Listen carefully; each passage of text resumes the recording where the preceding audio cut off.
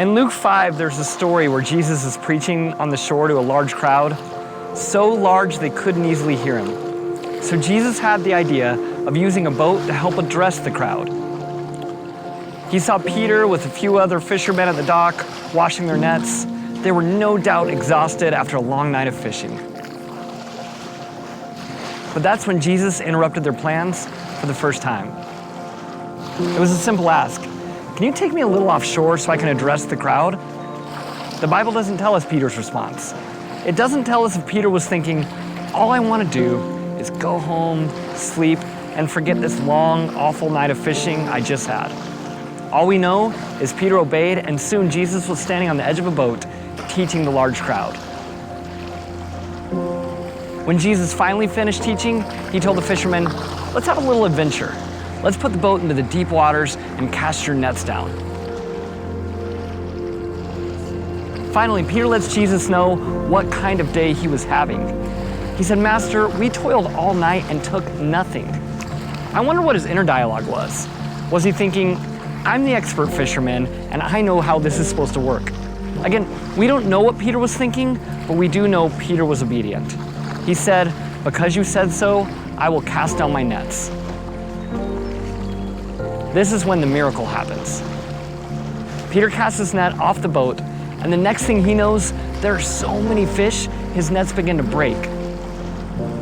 In fact, they had to signal another boat to come and help them, and both boats were so full of fish, they almost began to sink. The very sea that offered them nothing the night before now seemed to have an endless catch. These guys were no strangers to big catches, but this one was supernatural. Peter is so taken back by it, he falls to his knees and says, get away from me, Lord. I am a sinner. I imagine Jesus smiled here.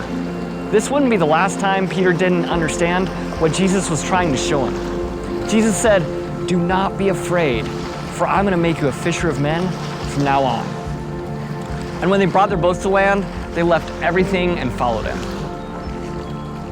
The amazing thing about this story was that Peter had all of his plans interrupted. The very short-term plan of ending a long day of fishing, instead of letting the day come to an end, he obeyed Jesus' simple request of letting him use the boat. It's a practical picture of the way Jesus uses us, using whatever simple things we have to accomplish the greater mission. But I think what Jesus loved most about Peter was he was willing to follow the call even when he had other plans. Not only did he interrupt the plans for the day, he interrupted their careers, their very plans for their lives.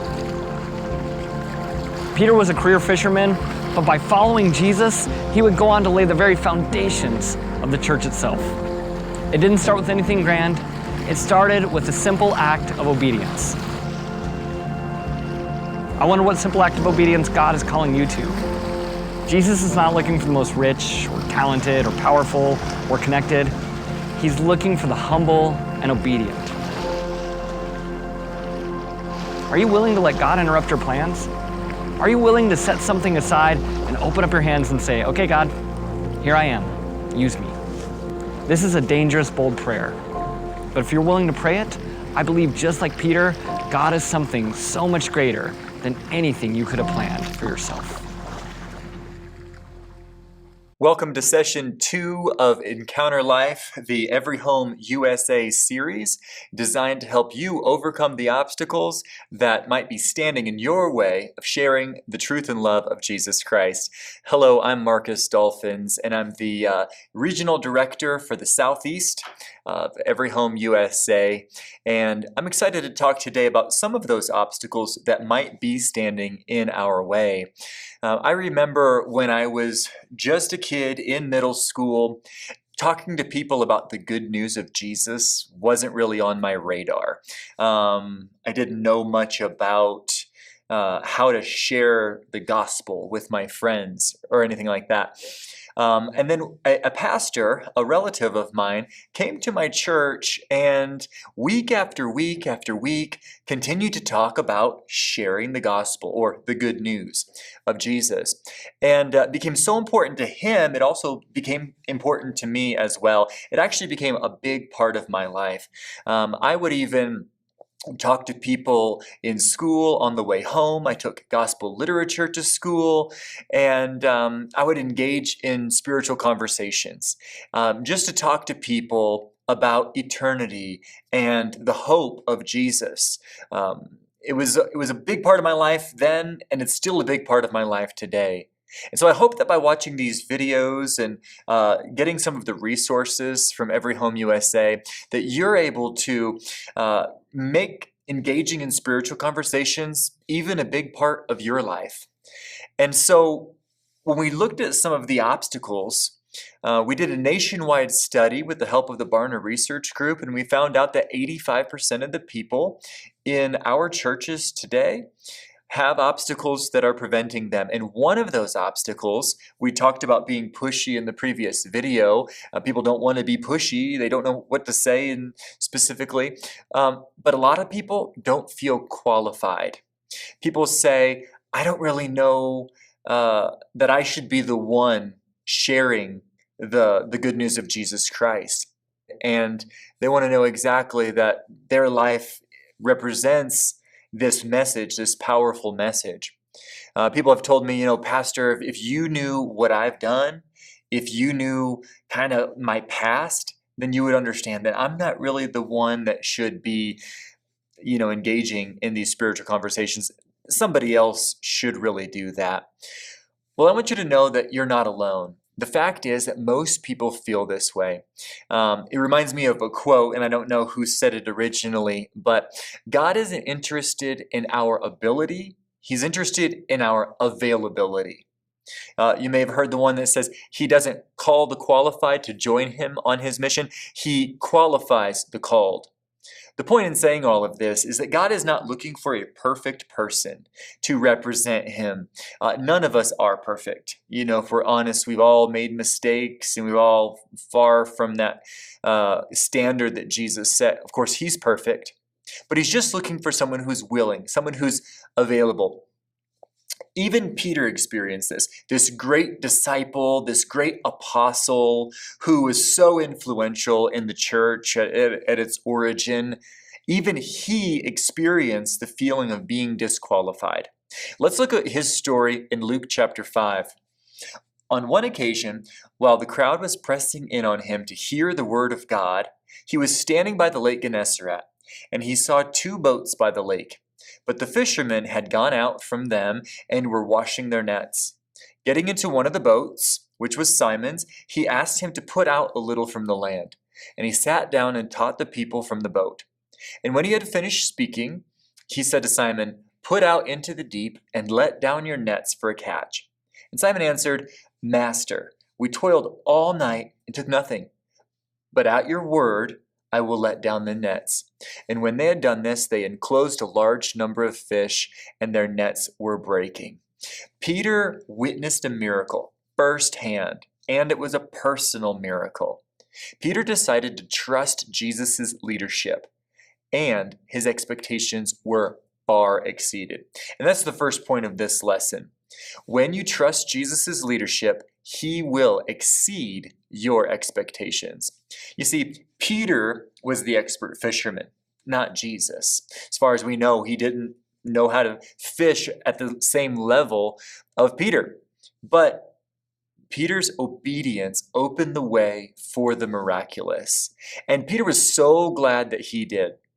But his expectations far exceeded even just the catch of fish that he had that day. As you saw in the video, Jesus was just getting Peter's attention. Jesus called Peter to fish for far more than food in a lake, but to be a fisher of men, to share the good news of Jesus. Peter even left that huge catch of fish to do so. I want you to ask yourself, what would you do if you were in Peter's position? Would you have walked away from the greatest catch of fish or the greatest, windfall of your life? Would you have obeyed his command?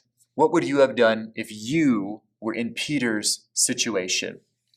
Well, the truth is, we are in Peter's situation. Jesus may not be calling you to leave fish or even to leave your job, but he is calling you to obey him to become fishers of men. Rick Warren said it best. He said, Jesus promises that if you'll follow him, he'll make us fishers of men. But then he adds, if you're not fishing for men, are you actually following him? It's just something to keep in mind. It sounds a little bit harsh or a little bit blunt, but it's worth examining. You know, if Jesus says, follow me and I'll make you fishers of men, then ask yourself, am I fishing for men? Am I actually sharing the gospel with people? And if you're not, then I challenge you to do so today. I know that you are hungry and excited to learn more about how to do this. So I believe that if you're watching this right now, that you want to make fishers. You want to be a fisher of men. And so that first step, though, is obedience, just like what Peter experienced. You see, Jesus is calling some of us to cross an ocean, to go to another continent, to share the gospel. Others, he's simply asking to cross the street, just to go to your neighbor's house. But whatever it is that he's calling you to do, important thing is to be obedient. And know this, he will equip you. Peter could never have guessed where his journey would have taken him. And when you say yes to following Jesus, he'll exceed your expectations too. And not only will he exceed your expectations, but the second point is, one encounter with Jesus can transform your perspective. So your whole perspective will change. Just look at verse 5 in this passage. It starts with Peter saying, Master. He calls him Master. We toiled all night and took nothing. But after the great catch of fish, Peter fell down and he said, Depart from me, for I am a sinful man, O Lord. And now he starts calling him Lord. He started by calling him Master or Rabbi, kind of a different phrase or title, if you will. But then he ends by calling him Lord. His perspective has changed. So first of all, his perspective changed just because of these material things. You'd think that someone that's out fishing all night really desperately needs or wants these fish. But he actually left the material things. He left the fish to pursue Jesus. But also his perspective changed of himself. He became keenly aware of this sinful state that he was in. He started to believe that Jesus was holy and able to do miracles. And now compared to Christ, Peter was just a sinful man. He told Jesus to go away. Like many of us, he felt unqualified. But Jesus changed that perspective and spoke to him to show him how his past didn't really matter, that he was qualified to be on mission with Jesus. And that's what point number 3 is. When you choose to follow Jesus, he qualifies you to participate in his mission. At the beginning of this session, I mentioned that many of us don't feel qualified enough to share the gospel with those around us. Well, listen exactly to how Jesus responded to the same concern that Peter had. Jesus' response was simple.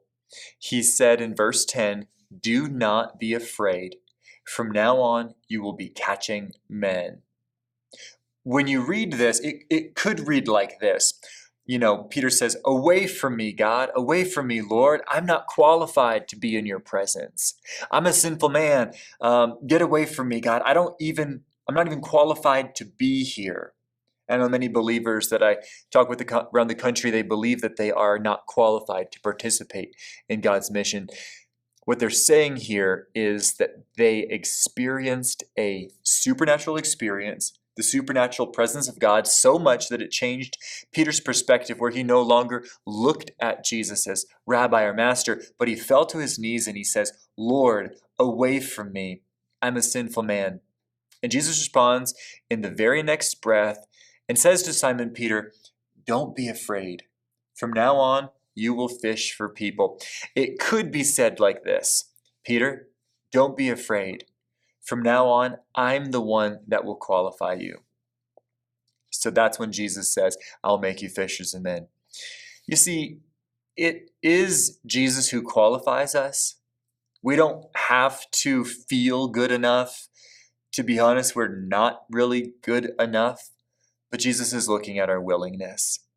I want to point something out here in this passage that I feel is really important. It goes along with this concept of see and tell. It's important for us to observe. You may be familiar with the see and tell. Is an effort to prioritize the steps of sharing the gospel.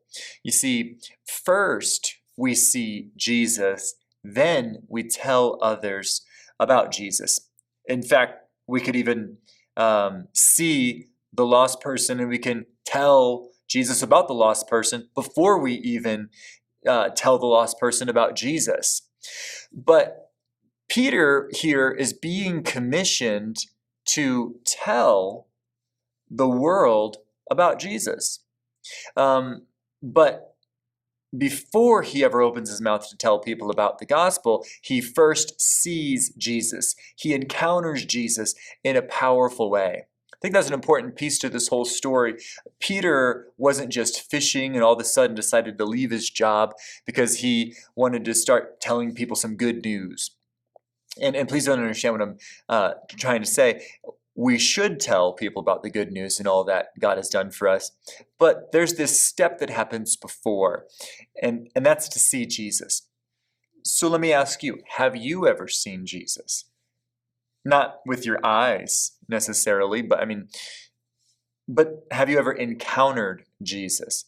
Peter encountered him in a really powerful way on the job. Maybe you've encountered Jesus at church.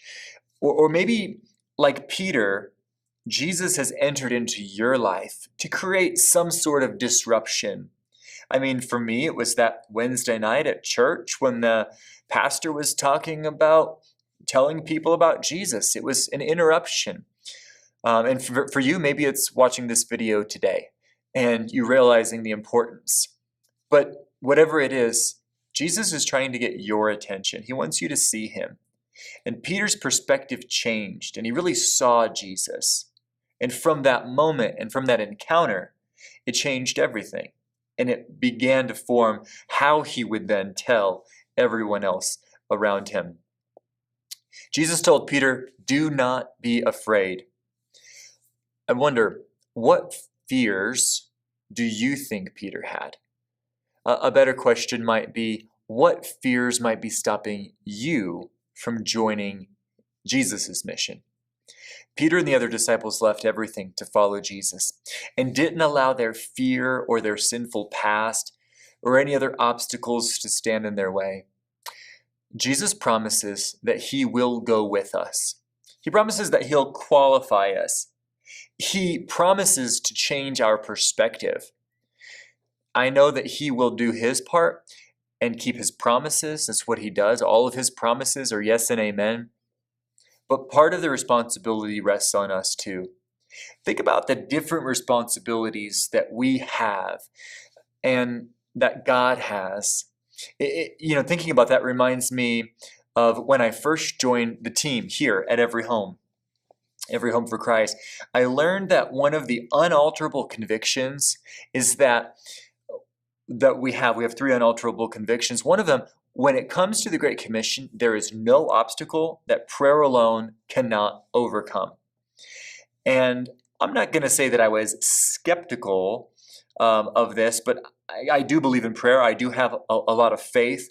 But I thought, if this is true, if prayer alone can overcome any obstacle, then I want to try it out. And so I began to ask God. I said, Lord, what is the obstacle specifically that is stopping us from really fulfilling the Great Commission? Because we take the Great Commission literally, and we do believe that the gospel should be preached into the entire world. But yet there are still so many people, even here in the United States, that are far from God, that are hurting, that are living a life, that are struggling, and they need to hear this good news. And if prayer will overcome the obstacle, then I ask God, what is the obstacle? And I began to brainstorm and I began to ask God, do we need a better website? Or do we need better technology?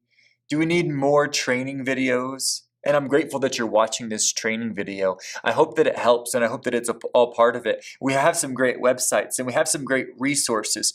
We have wonderful books, and we have all wonderful things that can help people hear the good news of Jesus Christ. But I said, God, what is it specifically that we need? What is the specific obstacle that's standing in our way? And I felt a sense from the Lord saying, Marcus, we have everything we need to reach every single person in the entire planet. We have the Word of God. We have the Spirit of God. But the only thing we lack, the only thing, is the person that will walk across the street and just tell their neighbor about Jesus Christ, to just engage in spiritual conversations, to share that good news. And so in that moment, I began to pray and I began to weep and cry and asking God, I prayed to the Lord of the harvest if he would send out laborers into the harvest field, because the fields are white and ripe unto harvest. That's what Luke 10:2 says.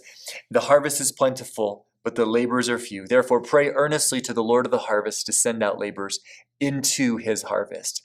So I want to encourage you today to be the person that will go to answer that prayer, to overcome those obstacles.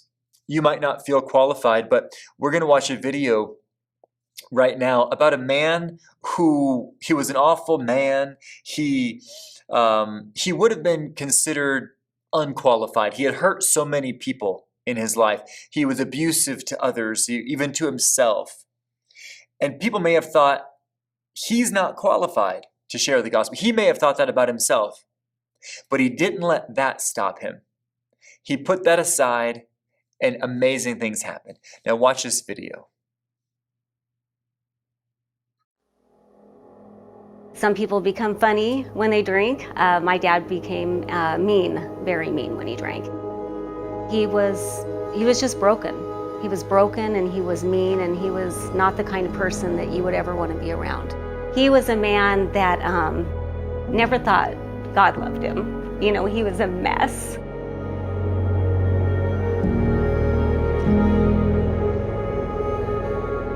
The memories I have of those years are really the physical violence towards my mom. I was afraid. I did what I was told, and that, you know, that was pretty much my life. I ended up with a concussion and in bed for 2 weeks because I couldn't see. I didn't go to the doctor, of course. I would be terrified to do that. That would have been it. I was afraid to tell anyone.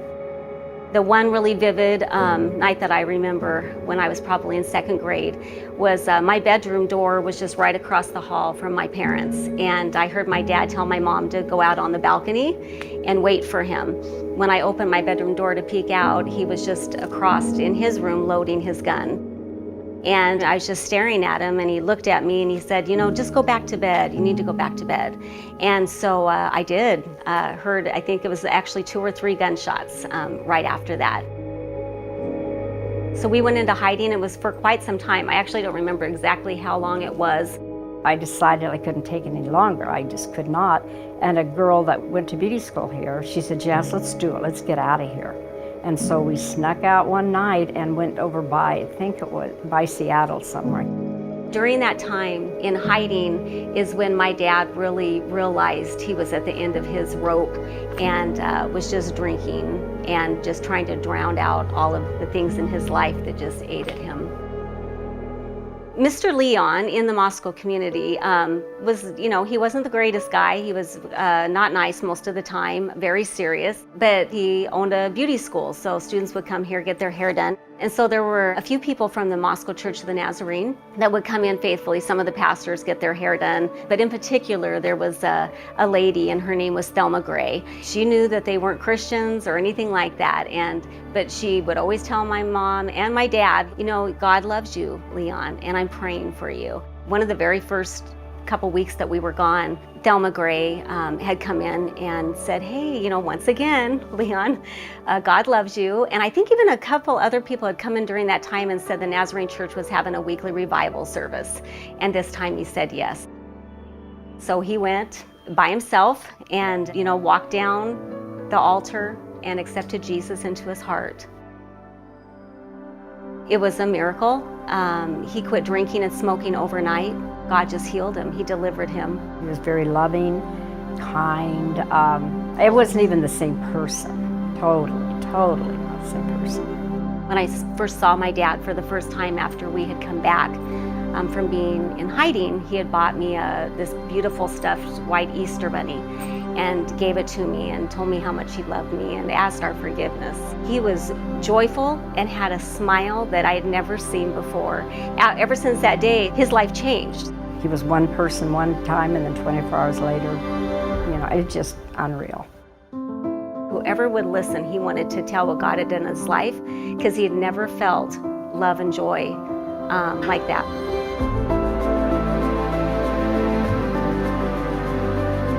Honestly, it seems like right after we became Christians, he wanted to tell the world. He couldn't stop. Anybody that would come in, he would share with anyone. Of course, people are asking him, wow, you seem different. Oh, let me tell you why I'm different. And he would tell the whole story, and he'd witness to them. And he would go around Moscow knocking on any door he could, sharing the gospel of Jesus. He was never intimidated by that. He was never fearful. He didn't care if somebody slammed the door in his face. They were going to hear the gospel of Jesus,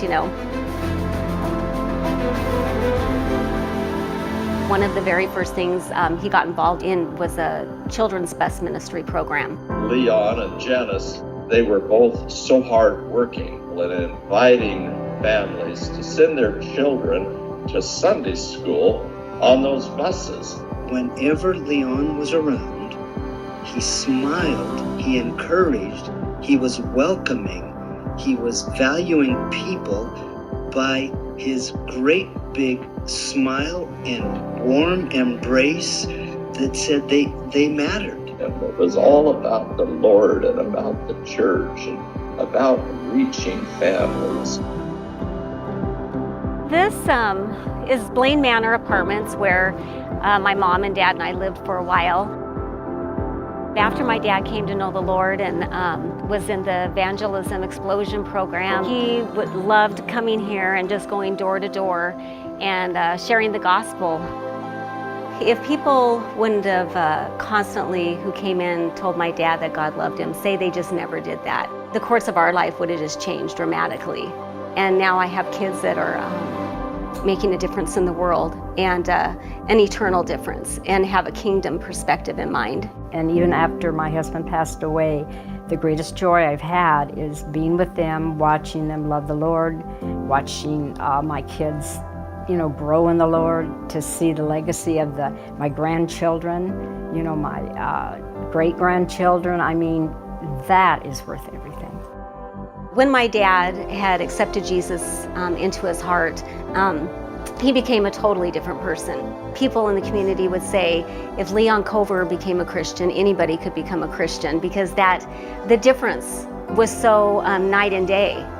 It was like if you knew him before to then seeing him now, it was just a radically changed life. The most radically changed life that I've ever seen.